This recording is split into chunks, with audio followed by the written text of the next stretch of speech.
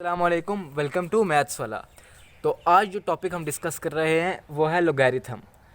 तो सबसे पहले हम इस टॉपिक को डिस्कस करें उससे पहले मैं चाहता हूं कि आप हमारे चैनल को सब्सक्राइब कर दें। तो चलते हैं आज के अपने टॉपिक की तरफ। तो लोगैरिथम को समझने के लिए सबसे पहले हमें ये चीज़ पता होनी चाहिए कि हम लोगैरिथम यूज़ किस लिए कर रहे हैं। लोगैरिथम का यूज़ इसलिए होता है कि कोई भी बहुत बड़ा नंबर हो, जैसे कि ये आप नंबर देख सकते हैं, ये बहुत बड़ा नंबर है, तो इसको हमने पहले साइंटिफिक नोटेशन में लिख लिया है। तो अगर साइंटिफिक नोटेशन में लिखे और उसका लॉग लें तो हमारे पास एक बहुत छोटी वैल्यू आती है। तो लॉग का इस्तेमाल ये है कि वो कोई बहुत लार्जेस्ट नंबर को एक स्मॉलेस्ट वैल्यू में कन्वर्ट कर देता है। इस तरह हमारे पास एक बहुत छोटी वैल्यू, जैसे आप देख सकते हैं, जिसकी 10⁻⁻6 पावर है, तो अगर उसका लॉग लें तो वो भी -5.66, जो कि एक छोटी वैल्यू है, वो बन जाती है। यानी कि किसी भी बहुत बड़े नंबर को या बहुत छोटे नंबर को छोटी वैल्यू पे कन्वर्ट करने के लिए हम लॉग का इस्तेमाल करते हैं। तो दूसरी चीज़ जो आपको लॉग के बारे में पता होनी चाहिए, वो आपको ऐसे कंपोनेंट्स पता होने चाहिए। तो जो इधर नीचे लिखा होता है ये लॉग की बेस होती है, और जो वैल्यू गिवन होती है हमें लॉग में ब्रैकेट के अंदर, उस वैल्यू को हम आर्ग्यूमेंट कहते हैं। और जो थर्ड कंपोनेंट है इक्वल टू का इस तरफ, वो लॉग का आंसर होता है। तो आप ये तीन चीज़ें अपने जहन में पक्की रख लें कि ये लॉग की बेस होती है, ये आर्ग्यूमेंट, और ये आंसर होता है। लॉग की दो टाइप्स हैं जो कि बहुत ही आम है, इन दोनों के बारे में आपको पता होना चाहिए लाजमी। तो सबसे पहले कॉमन लॉग की बात करते हैं। कॉमन लॉग वो लॉग होता है कि जिसकी बेस 10 होती है। आप इधर कोई भी वैल्यू लिख लें, तो कोई भी लॉग जिसकी बेस 10 होगी उसे हम कॉमन लॉग कहेंगे। कॉमन लॉग के लिए अगर हम 10 ना भी लिखें और अगर हम ऐसे भी लिख दें तो इससे भी हमें पता चल जाता है कि इसकी बेस 10 है। यानी कॉमन लॉग को हम बेस के बगैर भी लिख सकते हैं। और नेचुरल लॉग क्या होता है? वो लॉग जिसकी बेस ई होता है। ई यहाँ पे एक कांस्टेंट है जिसकी वैल्यू फिक्स है। इसकी वैल्यू तकरीबन 2.718 होती है अप्रॉक्सीमेटली। तो ऐसा लॉग जिसकी बेस ई हो उसे हम नेचुरल लॉग कहते हैं, और इसको हम एल एन से भी रिप्रेजेंट कर सकते हैं। यानी कि अगर हम लॉग ऑफ ई की जगह एल एन लिखें तो इससे जाहिर होगा कि नेचुरल लॉग है। तो ये दो नोटेशंस आपको पता होनी चाहिए। अब हमें पता होना चाहिए कि लॉग क्या होता है। इसका मतलब है कि जो हमारे पास लॉग का आंसर आ रहा है वो हमने कैसे निकाला है। तो इसमें बहुत सिंपल है। इसमें होता क्या है कि जो 5 लिखा हुआ है, जो बेस, हमने देखना है कि 5 को हम कितनी दफ़ा मल्टीप्लाई करें तो हमारे पास 125 आए। यानी अगर हम 5 को 3 बार मल्टीप्लाई करें, 5 × 5 × 5, तो हमारा आंसर 125 आता है। तो जो इसका आंसर आएगा, क्योंकि हमने 5 को 3 बार मल्टीप्लाई किया, तो इसका आंसर 3 आ जाएगा। अब ये सेकंड एग्जांपल है, आप इसका आंसर खुद निकालने की कोशिश करें। सबसे पहले इसमें हमने करना क्या है, यानी 10 को हम कितनी बार मल्टीप्लाई करें तो हमारे पास 1000 आए। तो 10 को कितनी बार मल्टीप्लाई करने से 1000 आता है? 10 को 3 बार मल्टीप्लाई करने से 1000 आता है। तो यानी इसका आंसर 3 आ जाएगा। तो जब भी आपको कोई बोले कि लॉग फाइंड करना है, तो सबसे पहले आपके दिमाग में आना चाहिए कि ये पावर से रिलेटेड होगा, यानी एक्सपोनेंट से रिलेटेड कुछ होगा। जैसे कि अगर हम लॉग, मैंने पहले ही बात की है, लॉग 5 और 125 करें तो इसका आंसर 3 आएगा। यानी इसका मतलब क्या है? इसका मतलब है अगर हम 5 रेज़ टू द पावर 3 करें तो हमारे पास 125 आएगा। यानी कि इसके एक्सपोनेंट यानी पावर में और लॉग में एक रिलेशन है।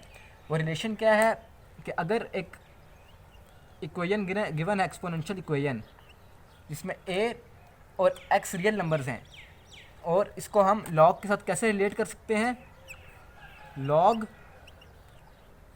जो a होता है वो इसकी बेस बन जाती है, और जो इसका आंसर होता है वो इसकी आर्ग्यूमेंट बन जाती है,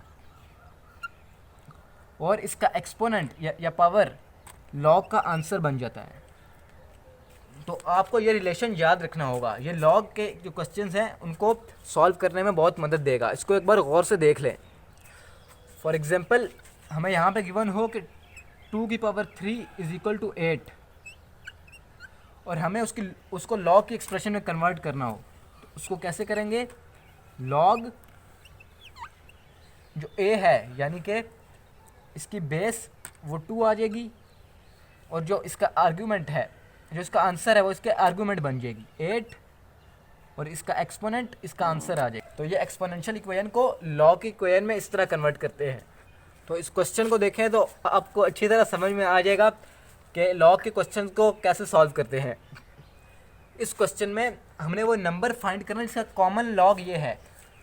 कॉमन लॉग हमें दे दिया गया है। कॉमन लॉग कौन सा होता है, जिसकी बेस 10 होती है, यानी कि लॉग टू द बेस 10 है और हमें इसका आंसर दे दिया गया है 3.5621, यानी हमने वो नंबर निकालना है। नंबर को हम सपोज x कह देते हैं।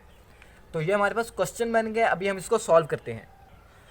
तो इस क्वेश्चन को आगे सॉल्व करने के लिए x की वैल्यू फाइंड करने के लिए हमें रिलेशन इस्तेमाल करना होगा।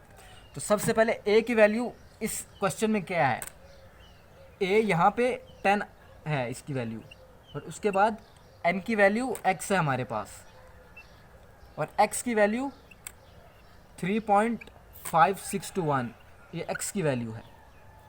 तो अभी हम इस क्वेश्चन को इस फॉर्म में कन्वर्ट कर लेते हैं। ax is equal to n। a हमारे पास 10 है, x की वैल्यू ये है 3.5621 इज इक्वल टू n की जगह हम x पुट कर देंगे। तो इसको अगर आप सॉल्व करें कैलकुलेटर पे तो आपको x की वैल्यू मिल जाएगी। तो कैलकुलेटर से हमने x की वैल्यू फाइंड कर ली है। तो अब एक और एग्जांपल देखें। इसमें अननोन जो है वो लॉग की बेस है a, ये हमने फाइंड करनी है। इसी तरह इस इक्वेशन से कंपेयर कर लें। a is equal to a आ जाएगा, n इज़ इक्वल टू 6 और x इज़ इक्वल टू 0.5। इसको आप फ्रैक्शन में कन्वर्ट कर ले जो कि 1/2 हो जाएगा। इसके बाद जो एक्सपोनेंशियल इसकी इक्वेशन है वो लिख लें और इसकी मदद से हम अपना अननोन a फाइंड कर लेंगे। a की जगह हम a पुट कर लेंगे और x की जगह 1/2 और n की जगह 6 आ जाएगा। इसके बाद हम 6 को इस तरह लिख सकते हैं कि 3, तो किसी भी चीज़ की पावर 1/2 होती है, मतलब उसका स्क्वायर रूट होता है। तो ये स्क्वायर रूट a आ जाएगा और ये 6। अब हमें स्क्वायर रूट को कैंसिल करना है तो दोनों साइड पे स्क्वायर कर लें। जब दोनों साइड पे स्क्वायर करेंगे तो स्क्वायर रूट स्क्वायर से कट जाएगा, इधर a बच जाएगा और 6 का स्क्वायर 36 आ जाएगा। तो हमने अननोन वेरिएबल की वैल्यू फाइंड कर लिया जो कि 36 है। नेक्स्ट एग्जांपल की तरफ बढ़े। Log 512 to the base 2 under root 2। देखने में थोड़ा कम्प्लेक्स क्वेश्चन लगता है मगर जब आप इसको सॉल्व करेंगे तो बहुत ईजी है। आप खुद से ट्राई करें और देखें आप कहाँ तक कर सकते हैं। हम इसका answer is equal to x ले लेते हैं और इसी तरह कंपेयर कर लेते हैं। a is equal to 2 square root 2, n is equal to 512 और x is equal to x। Exponential equation लिख लें और वैल्यूज़ पुट कर लें। a की वैल्यू 2 अंडर रूट 2 और raise to the power x और n की वैल्यू 512। तो नेक्स्ट स्टेप में 2 मल्टीप्लाई बाय स्क्वायर रूट की पावर क्या होती है 1/2। तो हम इसको इस तरह भी लिख सकते हैं। इसके बाद आप देखें ये दोनों आपस में मल्टीप्लाई हो रहे हैं, यानी कि जो पावर है वो दोनों के साथ अलग अलग जाएगी। 2 raise to the power x multiply by 2 raise to the power x multiply by 1/2 is equal to 512। Next step में ये बन जाएगा 2 raise to the power x multiply by 2 raise to the power x/2 is equal to 5/12। जब दोनों नीचे base same हों तो powers add हो जाती हैं। तो 2x plus x/2 is equal to 512। ये फ्रैक्शन है तो इसका एलसीएम ले लें तो ये सिंप्लीफाई होके 3x/2 बन जाता है और ये 512 आ जाता है। मज़ीद सिंप्लीफाई कर लें तो 3x/2 is equal to 2 raise to the power 9 आ जाएगा।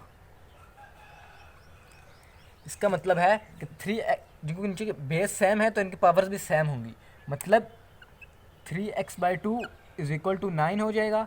यहाँ से x की वैल्यू फाइंड कर लें, x is equal to 18/3, x is equal to 6। तो आपने इसका भी आंसर फाइंड कर लिया है। इसमें इम्पॉर्टेंट स्टेप ये याद रखना है कि जो पावर है ये दोनों के साथ आएगी, 2 के साथ भी आएगी और 2√2 के साथ भी आएगी। ये एक क्वेश्चन है log 8 to the base 64। ये आप खुद ट्राई करें और देखें आपको ये वीडियो में से लॉग के बारे में कितना एक समझ आया है। मैं उम्मीद करता हूँ कि आपको लॉग के बारे में आपके कॉन्सेप्ट्स क्लियर हो गए होंगे कि लॉग क्या होता है और इसका आंसर कैसे निकालते हैं। तो अगर आपको वीडियो पसंद आई है तो लाइक करें और हमारे चैनल को सब्सक्राइब करना ना भूलिएगा ताकि मैथमेटिक्स से रिलेटेड वीडियोज़ आप तक पहुँच सकें।